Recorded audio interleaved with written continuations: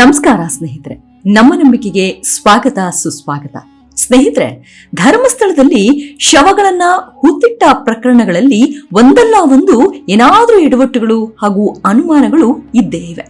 ಹೆಣ ಹೂತಿರೋದ್ರಲ್ಲೂ ಕಾಟಾಚಾರ, ದಾಖಲೆಗಳಲ್ಲೂ ಅನುಮಾನಗಳು, ಇವೆಲ್ಲ ಲೆಕ್ಕವಿಲ್ಲದಂಗೆ ಸಿಗುತ್ತವೆ.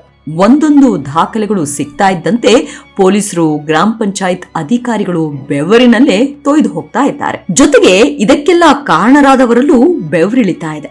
ಇತ್ತ ಇದನ್ನೆಲ್ಲ ಸುಮ್ಮನೆ ಬಿಟ್ಟು ತನಿಖೆಯನ್ನ SIT ಮಾಡುವಂತೆಯೇ ಇಲ್ಲ. ಯಾಕೆಂದ್ರೆ ಎಲ್ಲವೂ ರಾಜ್ಯದ ಜನರ ಮುಂದೆ ಬಯಲಾಗಿ ಹೋಗಿದೆ. ಈಗ ಜನರು ಕಾಯ್ತಾ ಇರೋದು ಇದಕ್ಕೆಲ್ಲ ಉತ್ತರವನ್ನಷ್ಟೇ. ಇದು SIT ಅಧಿಕಾರಿಗಳಿಂದ ಸಿಗುತ್ತೆ ಅನ್ನೋದು ಅವರ ನಂಬಿಕೆ. ಮತ್ತೊಂದ್ ಕಡೆ ಅಧಿಕಾರಿಗಳು ಕೂಡ ಸದ್ದು ಗದ್ದಲವಿಲ್ಲದೆ ಇದಕ್ಕೆ ಸಂಬಂಧಪಟ್ಟಂತೆ ಅದೆಷ್ಟೋ ಸಂಬಂಧಪಟ್ಟವರನ್ನ ಕರೆಸಿಕೊಂಡು ವಿಚಾರಣೆ ನಡೆಸಿದ್ದಾರೆ. ಇದರ ನಡುವೆ ಇನ್ನೊಂದಷ್ಟು ವಿಚಾರಗಳು ಗೊತ್ತಾಗ್ತಾ ಇವೆ. ಅದರಲ್ಲಿ ಮತ್ತೊಂದು ಅಂದ್ರೆ 65 ವರ್ಷದ ವೃದ್ಧ ಹಾಗೂ ಮಹಿಳೆಯ ಶವ ಹೂತ ವಿಚಾರ. ಧರ್ಮಸ್ಥಳದಲ್ಲಿ ಆಗ್ತಾ ಇದ್ದ ಅಸಹಜ ಸಾವುಗಳು ನಿಜಕ್ಕೂ ವಿಚಿತ್ರ. ಸಾವುಗಳ ಕತೆ ವಿಚಿತ್ರವಾದ್ರೆ ಅವುಗಳ ಅಂತ್ಯ ಸಂಸ್ಕಾರವಂತೂ ಒಂದಕ್ಕಿಂತ ಮತ್ತೊಂದು ಅನುಮಾನಗಳನ್ನ ಮೂಡಿಸುತ್ತವೆ.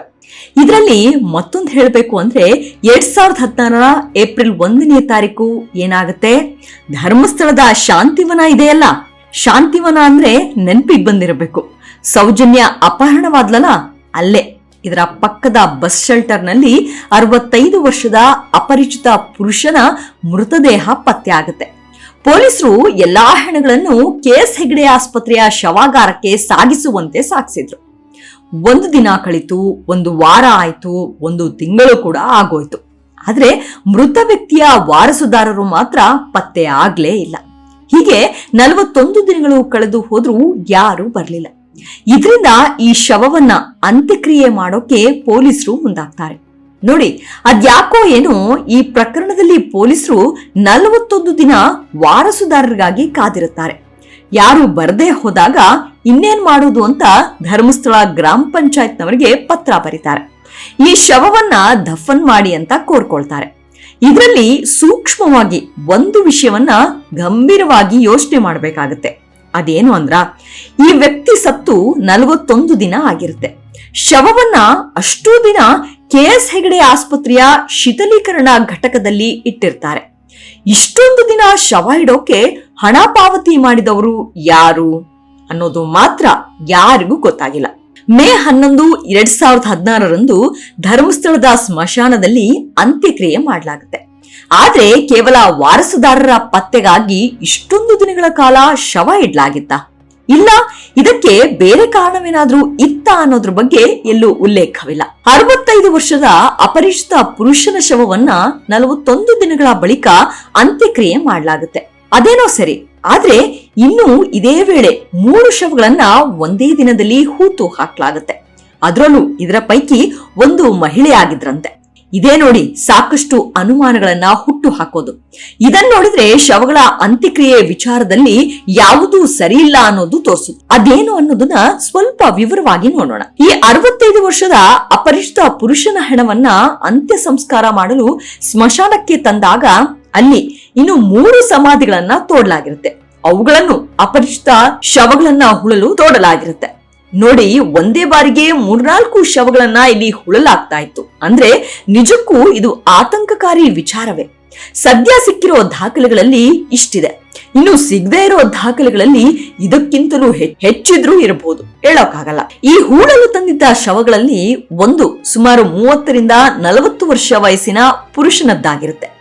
ಇದು ನೇತ್ರಾವತಿ ಸ್ನಾನಘಟ್ಟದ ಪಂಪ್ ಹೌಸ್ ಬಳಿ ಮೇ 9, 2016 ಸಿಕ್ಕಿರುತ್ತೆ. ಇದನ್ನು ಕೂಡ KS ಹೆಗ್ಡೆ ಆಸ್ಪತ್ರೆ ಶಿಥಿಲ ಘಟಕದಲ್ಲಿ ಇರಿಸಲಾಗಿರುತ್ತೆ. ನಂತರ 11ನೇ ತಾರೀಕಿನಂದು ಹೂಳಲು ಪೊಲೀಸರು ಗ್ರಾಮ ಪಂಚಾಯತ್ಗೆ ಪತ್ರ ಬರೀತಾರೆ. ಅದೇ ರೀತಿ ಅವತ್ತು ಮತ್ತೊಂದು ಅಪರಿಚಿತ ಪುರುಷನ ಶವ ಪತ್ತೆ ಆಗುತ್ತೆ. ಅದು ಕೂಡ 11ನೇ ತಾರೀಕಿನಂದೇ ಹೂಳಲಾಗುತ್ತೆ. ಇದೆಲ್ಲದಕ್ಕಿಂತ ಮುಖ್ಯವಾದದ್ದು ಅಂದ್ರೆ ಅಪರಿಚಿತ ಮಹಿಳೆ ಶವಕ್ಕೂ ಇದೇ ರೀತಿಯ ಗತಿ ಕಾಣಿಸಿತು. ಮೇ 10, 2016 ನೇತ್ರಾವತಿ ಸ್ನಾನಘಟ್ಟದ ಶೌಚಾಲಯದಲ್ಲಿ ಸುಮಾರು 40ರಿಂದ 45 ವರ್ಷದ ಮಹಿಳೆಯ ಶವ ನೇಣು ಬಿಗಿದ ಸ್ಥಿತಿಯಲ್ಲಿ ಪತ್ತೆಯಾಗುತ್ತೆ. ಆದ್ರೆ ಅದರ ಮಾರನೇ ದಿನವೇ ಇದರ ಅಂತ್ಯಕ್ರಿಯೆ ನಡೆದು ಹೋಗುತ್ತೆ. ಅಂದ್ರೆ ಪೊಲೀಸರು ಈ 3 ಜನರ ವಾರಸುದಾರರನ್ನ ಹುಡುಕೋ ಪ್ರಯತ್ನ ಮಾಡಿಲ್ಲ ಅನ್ನೋದು ಸ್ಪಷ್ಟವಾಗುತ್ತೆ. ಇಲ್ಲಿ ವಿಷಯ ಏನಪ್ಪಾ ಅಂದ್ರೆ ಶವ ಸಿಕ್ತು, ಆಂಬ್ಯುಲೆನ್ಸ್ಗೆ ಫೋನ್ ಮಾಡಿದ್ರು. ಅವರು ಅವುಗಳನ್ನ KS ಹೆಗಡೆ ಆಸ್ಪತ್ರೆಗೆ ದಾಖಲು ಮಾಡಿದ್ರು. ಅಲ್ಲಿ ವೈದ್ಯರು ಶವ ಪರೀಕ್ಷೆನೂ ಮಾಡಿದ್ರು. 1 ದಿನ ಶಿಥಿಲಿ ಘಟಕದಲ್ಲಿ ಇಟ್ಟಿದ್ರು. ಅದರ ಮಾರನೇ ದಿನವೇ ವಾರಸುದಾರರು ಇಲ್ಲ ಅಂತ ಅಂತ್ಯ ಸಂಸ್ಕಾರ ಮಾಡಿಬಿಡ್ತಾರೆ. ಇಲ್ಲಿ ಪ್ರಶ್ನೆ ಅಂದ್ರೆ, ವೃದ್ಧನ ಶವವನ್ನ ಸುಮಾರು 41 ದಿನ ಇಟ್ಟಿರ್ತಾರೆ, ಆದ್ರೆ ಉಳಿದ 2 ಪುರುಷರ ಶವವನ್ನ 1 ದಿನ ಬಿಟ್ಟು ಅಂತ್ಯಕ್ರಿಯೆ ಮಾಡ್ತಾರೆ. ಮಹಿಳೆಯ ಶವ, ಅದರಲ್ಲೂ ನೇಣು ಬಿಗಿದ ಸ್ಥಿತಿಯಲ್ಲಿ ಪತ್ತೆಯಾದ ಶವವನ್ನ ಹೂಳ್ತಾರೆ ಅಂದ್ರೆ ಇಲ್ಲೇನೋ ಅರ್ಥವಾಗದ ಮಸಲತ್ತು ಇದೆ ಅಂತಾನೆ ಅರ್ಥ ಅಲ್ವಾ. ಇಲ್ಲಿ 1 ಶವದ ವಾರಸುದಾರರ ಪತ್ತೆಗೆ ಕನಿಷ್ಠ 3 ದಿನಗಳಾದ್ರೂ ಕಾಯ್ಬೇಕು.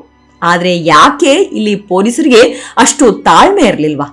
ವೃದ್ಧನ ದೇಹವನ್ನ 41 ದಿನ ಇಟ್ಕೊಳ್ಳಕ್ಕೆ ಹೇಳಿದವರಾದ್ರೂ ಯಾರು, ಅಥವಾ ಬೇರೆ ಕಾರಣವೇನಾದ್ರೂ ಇತ್ತ ಅನ್ನೋ ಸಂದೇಹ ಇಲ್ಲಿ ಕಾಡುತ್ತೆ. ಅಷ್ಟೊಂದು ಬೇಗ ಅಂತ್ಯಕ್ರಿಯೆ ನಡೆಸ್ಬಿಡಿ ಅಂತ ಯಾರು ಪೊಲೀಸರ ಎದೆ ಮೇಲೆ ಕೂತಿದ್ರು ಅನ್ನೋದು ಗೊತ್ತಾಗಬೇಕಾಗಿದೆ. ಈ ಪ್ರಕರಣದಲ್ಲೂ ಕೂಡ ಪೊಲೀಸರು ಹಾಗೂ ಗ್ರಾಮ ಪಂಚಾಯತ್ನವರ ದೋಷವೇ ಎದ್ದು ಕಾಣುತ್ತೆ. ಈ ವಿಚಾರದ ಜೊತೆಗೆ ಮತ್ತೊಂದು ವಿಚಾರ ಈಗ ಬೆಳಕಿಗೆ ಬಂದಿದೆ. ಅದು ಬುರುಡೆ ಗ್ಯಾಂಗ್ ಅಂತ ಹೇಳೋರಿಗೆ ಶಾಕ್ ಕೊಡುವಂತಿದೆ. ಅದೇನು ಅಂದ್ರೆ, ದೂರುದಾರನಾಗಿ ಬಂದಿದ್ದ ಚಿನ್ನಯ್ಯ ಈಗ ತಾನೇ ಶಿವಮೊಗ್ಗ ಜೈಲಿನಲ್ಲಿ ಕುಳಿತಿದ್ದಾನೆ. ಇದರ ನಡುವೆ ಏನಾಗಿದೆ ಅಂದ್ರೆ, ಇದೇ ಚಿನ್ನಯ್ಯ ಜುಲೈ 11ರಂದು ಬೆಳ್ತಂಗಡಿ ನ್ಯಾಯಾಲಯದಲ್ಲಿ ಮ್ಯಾಜಿಸ್ಟ್ರೇಟರ್ ಮುಂದೆ ನೀಡಿದ ಹೇಳಿಕೆ ಇದೆಯಲ್ಲ, ಇದನ್ನ BNSS ನ ಸೆಕ್ಷನ್ 183ರ ಅಡಿಯಲ್ಲಿ 2ನೇ ಹೇಳಿಕೆ ನೀಡಿದ್ರು. ಆ ಮೊದಲು ಹೇಳಿಕೆಯನ್ನು ಪರಿಗಣಿಸಲಾಗುತ್ತೆ ಎನ್ನಲಾಗ್ತಾ ಇದೆ. ಯಾಕಪ್ಪ ಅಂದ್ರೆ, ತನಿಖೆಯ ಉದ್ದೇಶಕ್ಕಾಗಿ ಮೊದಲ ಹೇಳಿಕೆಯನ್ನ 2ನೇಯದೊಂದಿಗೆ ತಾಳೆ ಹಾಕಿ ನೋಡ್ಲಾಗ್ತಾ ಇದೆ ಅಂತ ಗೃಹ ಸಚಿವಾಲಯದ ಮೂಲಗಳು ತಿಳಿಸಿವೆ. ಇದನ್ನ ಎಂದಿನಂತೆ BLR ಪೋಸ್ಟ್ ವರದಿ ಮಾಡಿದೆ. ಇದನ್ನ ಮತ್ತಷ್ಟು ವಿವರವಾಗಿ ಹೇಳಬೇಕು ಅಂದ್ರೆ, ಈ ಚಿನ್ನಯ್ಯ ಜುಲೈ 3ರಂದು ಧರ್ಮಸ್ಥಳ ಪೊಲೀಸ್ ಠಾಣೆಯಲ್ಲಿ ದೂರು ದಾಖಲಿಸಿ ಅಕ್ರಮವಾಗಿ ಶವಗಳನ್ನ ಹುಳಲು ನನ್ನನ್ನ ಒತ್ತಾಯಿಸಲಾಗ್ತಾ ಇತ್ತು ಮತ್ತು ಕೆಲವು ವ್ಯಕ್ತಿಗಳ ಮೇಲೆ ಹಿಂಸಾಚಾರ ನಡೆಸಲಾಗಿದೆ ಅಂತ ಆರೋಪ ಮಾಡಿದ್ದ. ಅಲ್ಲದೆ BNSS ನ ಸೆಕ್ಷನ್ 183ರ ಅಡಿಯಲ್ಲಿ ನ್ಯಾಯಾಲಯದಲ್ಲೂ ಅದೇ ಆರೋಪಗಳನ್ನ ಮಾಡಿದ್ದ. ಈ ಹೇಳಿಕೆಯ ಆಧಾರದ ಮೇಲೆ ರಾಜ್ಯ ಸರ್ಕಾರ ಜುಲೈ 19ರಂದು ಆರೋಪಗಳ ತನಿಖೆಗಾಗಿ ವಿಶೇಷ ತನಿಖಾ ತಂಡವನ್ನ ರಚನೆ ಮಾಡಿತ್ತು. SIT 2 ವಾರಗಳಿಗೂ ಹೆಚ್ಚು ಕಾಲ ಶವಗಳನ್ನ ಹೊರತೆಗೆಯೋ ಕೆಲಸ ಮಾಡಿತು. ಈ ವೇಳೆ 2 ಅಸ್ಥಿಪಂಜರಗಳ ಅವಶೇಷಗಳು ಪತ್ತೆಯಾದವು. ಆದ್ರೆ ಇದೇ ಚಿನ್ನಯ್ಯ ನಂತರ ಆಗಸ್ಟ್ 23ರಂದು ನ್ಯಾಯಾಲಯದಲ್ಲಿ ಸುಳ್ಳು ಹೇಳಿರುವುದಾಗಿ ಉಲ್ಟಾ ಹೊಡೆದ.